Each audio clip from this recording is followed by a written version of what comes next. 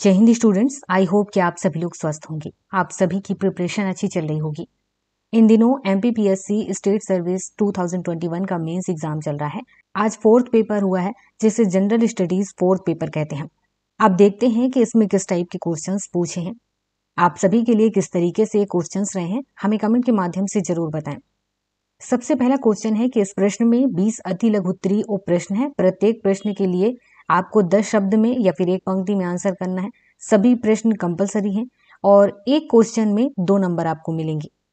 पहला क्वेश्चन है कि बुद्धि के इंद्र प्रत्ययता सिद्धांत की व्याख्या कीजिए। दूसरा क्वेश्चन है कि प्लूटो के अनुसार कौन सा प्रत्यक्ष समस्त प्रत्ययों को समन्वित करता है। तीसरा क्वेश्चन है कौन सा यूनानी दार्शनिक ज्ञान को नैतिकता का मूल आधार मानता है। चौथा क्वेश्चन है कि वह एक और ओंकार स्वरूप है, आदि पुरुष और अकाल है, यह किसका भाव है। क्वेश्चन नंबर 5 है श्री अरविंदो की विकास प्रक्रिया के 3 अंग बताइए। छठवां क्वेश्चन है मनोवृत्ति की परिभाषा लिखिए। सातवां क्वेश्चन है अभिक्षमता को परिभाषित कीजिए। आठवां क्वेश्चन है रूढ़िवादिता को परिभाषित कीजिए। नौवां क्वेश्चन है पुरानुभूति को परिभाषित कीजिए। 10वां क्वेश्चन है मेयर और सालोवी द्वारा प्रतिपादित सामवेगिक बुद्धि की परिभाषा लिखिए। 11वां क्वेश्चन है कि नैतिक शासन को कार्य करने हेतु क्या आवश्यक है। 12वां क्वेश्चन है नीति और सत्यनिष्ठा आपस में कैसे संबंधित है। 13वां क्वेश्चन है कि नैतिक तार्किकता क्या है। क्वेश्चन नंबर 14 है नैतिक दुविधा से आपका क्या तात्पर्य है। क्वेश्चन नंबर 15 है कंसाइंस अंतःकरण शब्द की उत्पत्ति कहाँ से हुई है। क्वेश्चन नंबर 16 है भ्रष्टाचार का प्राचीन उल्लेख कहाँ मिलता है। क्वेश्चन नंबर 17 है भ्रष्टाचार की सर्वाधिक वृद्धि किस दशक की मानी जाती है। क्वेश्चन नंबर 18 है विल्स ब्लोअर कौन होते हैं। क्वेश्चन नंबर 19 है भ्रष्टाचार का मुख्य कारण क्या हो सकता है। क्वेश्चन नंबर 20 है क्या आर्थिक अपराध को भ्रष्टाचार के रूप में देखा जा सकता है। इसके बाद क्वेश्चन नंबर 2 है और इसमें 8 लघुत्तरीय उप प्रश्न है। प्रत्येक के आंसर 50 शब्द में या 5-6 पंक्तियों में करना है। सभी क्वेश्चन कंपलसरी हैं। हर क्वेश्चन 5-5 नंबर के हैं। पहला क्वेश्चन है स्वामी विवेकानंद के अनुसार समाजवाद का अभिप्राय बताइए। दूसरा क्वेश्चन है अरस्तु के सुनहरे मध्य मार्ग की चर्चा कीजिए। तीसरा क्वेश्चन है सिविल सेवा में निष्पक्षता के महत्व के बारे में लिखिए। चौथा क्वेश्चन है सामवेगिक बुद्धि का अर्थ एवं सामवेगिक रूप से बुद्धिमान व्यक्ति की विशेषताएं लिखिए। पांचवा क्वेश्चन है प्रशासन में पारदर्शिता का क्या महत्व है, समझाइए। छठवां क्वेश्चन है अखिल भारतीय सेवा नियम 1968 में शासन का अर्थ क्या है। सातवां क्वेश्चन है भ्रष्टाचार को किस तरह वर्गीकृत किया जा सकता है। आठवां क्वेश्चन है भ्रष्टाचार पर संयुक्त राष्ट्र समझौता का परिचय दीजिए। इसके बाद तीसरा क्वेश्चन है इस प्रश्न में 4 दीर्घोत्तरीय उप प्रश्न है। प्रत्येक प्रश्न के आंसर 200 शब्दों में करना है। सभी प्रश्न कंपलसरी हैं और एक क्वेश्चन 20 नंबर का है। पहला क्वेश्चन है शंकराचार्य के विवर्तवाद सिद्धांत विषयक मत की चर्चा कीजिए। दूसरा क्वेश्चन है व्यक्तिगत भिन्नताओं के अर्थ एवं प्रभावित करने वाले कारकों का वर्णन कीजिए। तीसरा क्वेश्चन है शासन और लोक सेवा में प्रभावशाली नैतिक मापदंडों को कैसे क्रियान्वित किया जा सकता है, विस्तार से बताइए। चौथा क्वेश्चन है भ्रष्टाचार के विरुद्ध संयुक्त राष्ट्र समझौते के प्रस्तावना का वर्णन कीजिए। चौथा क्वेश्चन है जिसमें 2 केस स्टडी उपखंड हैं।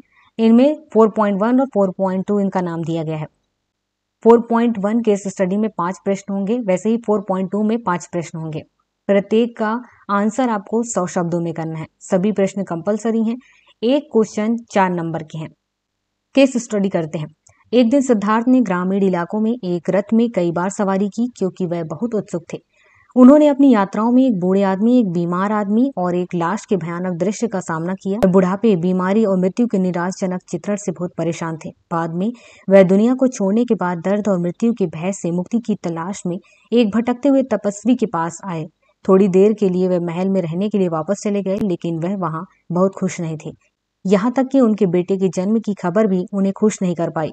वह एक रात महल में अकेले थे जब उन्होंने चारों ओर सोचा और महसूस किया कि उनका भव्य अस्तित्व व्यर्थ है। उन्होंने महल छोड़ दिया, अपना सिर मुंडवा लिया, अपने रियासती पोशाक के बजाय भिखारी का चोला पहन लिया और आत्मज्ञान के लिए अपनी खोज शुरू कर दी। सिद्धार्थ ने सम्मानित आचार्यों के साथ चर्चा की और ध्यान और धार्मिक सिद्धांतों का अध्ययन किया। वे अभी भी अपनी अनिश्चितताओं और प्रश्न का कोई समाधान नहीं ढूंढ सके। फिर उन्होंने 5 विषयों के साथ आत्मज्ञान के लिए अपनी स्वतंत्र खोज शुरू की। शारीरिक संयम के माध्यम से असुविधा के साथ रहना, अपनी सांस रोकना और लगभग भूख से भूखे रहना। उन्होंने पीड़ा से मुक्ति मांगी। सिद्धार्थ ने बीच का रास्ता आजमाया लेकिन कोई हल नहीं निकला। उन्हें समझ में आया कि मानसिक अनुशासन रिहाई की कुंजी है। उन्होंने एक पवित्र अंजीर के पेड़ के नीचे ध्यान करते हुए ज्ञान प्राप्त किया, जिसे बोधि वृक्ष के रूप में जाना जाने लगा। उनके आध्यात्मिक संघर्ष को महान संघर्ष के रूप में चित्रित किया गया था, जिसमें बुराई को केवल मारा नाम से जाना जाता है, जिसका अर्थ है विनाश, और जो मानव इच्छाओं के लिए खड़ा है। 4.1 में पहला क्वेश्चन है कि आत्मज्ञान की अपनी खोज में बुद्ध ने 4 महान सत्यों की खोज की और उन्हें सिखाया। हालांकि उन्हें बौद्धों द्वारा एक धर्म के रूप में पढ़ाया गया था। समझाइए कि इस पहलू में बौद्ध धर्म एक दर्शन है या धर्म। दूसरा क्वेश्चन है वर्णन कीजिए कि आप शासन में बौद्ध सिद्धांतों का प्रयोग कैसे कर सकते हैं। तीसरा क्वेश्चन है बौद्ध धर्म कर्म के रूप में क्या परिभाषित करता है। चौथा क्वेश्चन है मुक्ति का मार्ग मन के अनुशासन के माध्यम से है, बुद्ध इसे कैसे समझते हैं और इसका प्रयोग करते हैं। पांचवा क्वेश्चन है बौद्ध धर्म में मध्य मार्ग किसे कहा जाता है। इसके बाद केस स्टडी सेकंड है, जिसमें देखते हैं मैरी और टॉम अपनी छुट्टी की पहली शाम को रात के खाने के लिए बाहर जाने के लिए अपने होटल से निकल गए।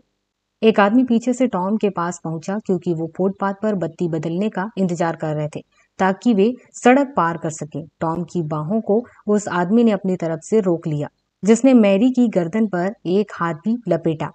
टॉम के खुद को मुक्त करने के प्रयास के बावजूद एक युवा महिला ने जल्दी से उठाया और जल्दी से मैरी का पर्स और टॉम का बटुआ उसके हाथ से चुरा लिया। टॉम ने भागने के दौरान दोनों को पकड़ने की कोशिश की, लेकिन वे एक छोटी सी सड़क से गायब हो गए। टॉम और मैरी को कोई नुकसान नहीं पहुंचा था, लेकिन मैरी डरी हुई थी। उसका दिल धड़कने लगा, वह कांपने लगी और उसने रोना शुरू कर दिया। टॉम के चेहरे की हवाइयां उड़ गई। वे अपने होटल के लिए उसी मार्ग से लौट आए, लगातार अपने आसपास के वातावरण को देखते रहे। होटल की लॉबी में वापस उन्होंने पाया कि मैरी अभी भी कांप रही है। जब टॉम और मैरी ने रिसेप्शनिस्ट को बताया कि क्या हुआ था, तो वह हैरान था और पुलिस को फोन करने से पहले उन्हें पे की पेशकश की। जब वे पुलिस का इंतजार कर रहे थे, मैरी कांपने लगी और बेचैनी महसूस करने लगी। जब पुलिस दिखाई दी तो मैरी और टॉम को एक रिपोर्ट प्रस्तुत करने के लिए रोम के पुलिस स्टेशन केंद्र में ले आए। जैसे ही वे अपने होटल में वापस आए, अस्थिरता कम होने लगी और इसके बजाय हर कोई परेशानी महसूस करने लगा कि उन्हें हमले के लिए निशाना बनाया गया था। टॉम ज्यादा सोचने या बोलने में असमर्थ था। टॉम ने आराम किया जब वे अपने कमरे में वापस आ गए और बिस्तर पर सो गए। हालांकि मैरी सो नहीं पा रही थी और रात का अधिकांश समय जागते हुए बिताती थी। वे सिर में घटनाओं को दोहराती थी। भले ही मैरी और टॉम शारीरिक रूप से बिना किसी नुकसान के थे, लेकिन वे दोनों तनावपूर्ण परिदृश्य के लिए एक महत्वपूर्ण भावनात्मक प्रतिक्रिया कर रहे थे। 4.2 का पहला क्वेश्चन है भावनाएं जटिल चीजें हैं। मैरी इतनी गुस्सा और डरी हुई क्यों थी। दूसरा क्वेश्चन है भावनात्मक अनुभवों के शारीरिक और मानसिक घटक एक दूसरे के साथ अंतःक्रिया कैसे करते हैं। तीसरा क्वेश्चन है यदि आप टॉम और मैरी की स्थिति में होते तो आपके मन में क्या भावनाएं होती। अपने विचारों का उल्लेख कीजिए। चौथा क्वेश्चन है पैरासिम्पैथेटिक तंत्रिका तंत्र शरीर को आराम करने में कैसे मदद करता है। पांचवा क्वेश्चन है केस स्टडी के संदर्भ में बताएं दो भिन्न व्यक्ति एक स्थिति में कैसा व्यवहार करते हैं। यहाँ पर हमारे सभी क्वेश्चन कंप्लीट होते हैं।